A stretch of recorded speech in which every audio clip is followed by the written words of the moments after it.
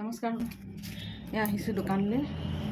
ছোৱালী স্কুল পঠিয়াই ঘৰৰ কাম গোটেইখিনি কৰি লৈ সেই দোকানলৈ আহিব পাৰোঁ। আৰু আজি আমাৰ গোটৰ মিটিঙো আছে, আজি দোকানতে ৰাখিম গোটৰ পইচা।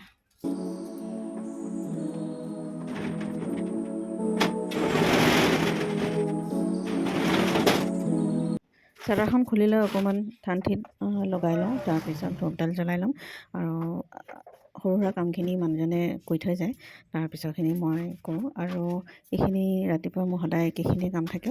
ৰাতিপুৱা চাটাৰ খুলি পূজা দিয়া, পানী ছিটিওৱা আৰু পানী সলনি কৰা ঘৰটো। তাৰপিছত ভাবিলোঁ আজি ৰেকৰ্ডিঙে কৰি থওঁ অকণমান, পিছত বহুত বছৰ পিছত চাবলৈ হ'ব নহয় জানো, আৰু কৰি থ'লে ভাল লাগে। তাৰপিছত অলপ পানী ছিটিয়াই ল'লোঁ, পানী ছিটিয়াই লৈ ধূপ জ্বলাই লওঁ।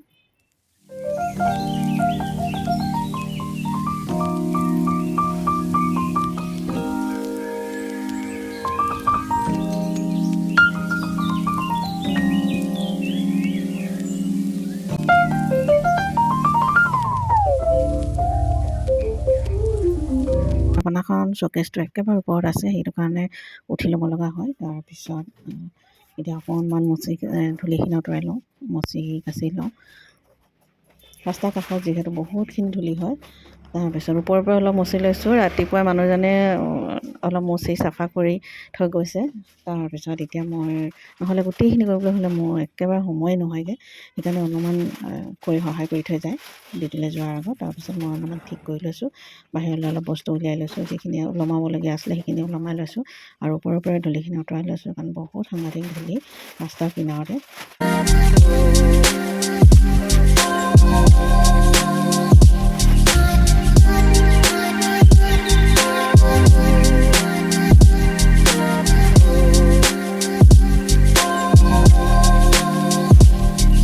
ওপৰৰ পৰা অলপ জাৰি জোকাৰি লৈছোঁ, অকণমান জোকাৰি ল'লে ভাল লাগে, নহ'লে যিমানহে ধূলি ৰাস্তাৰ কাষতে।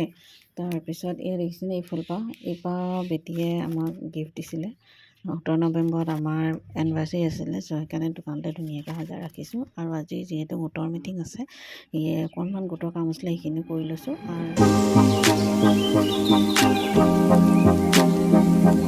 আৰু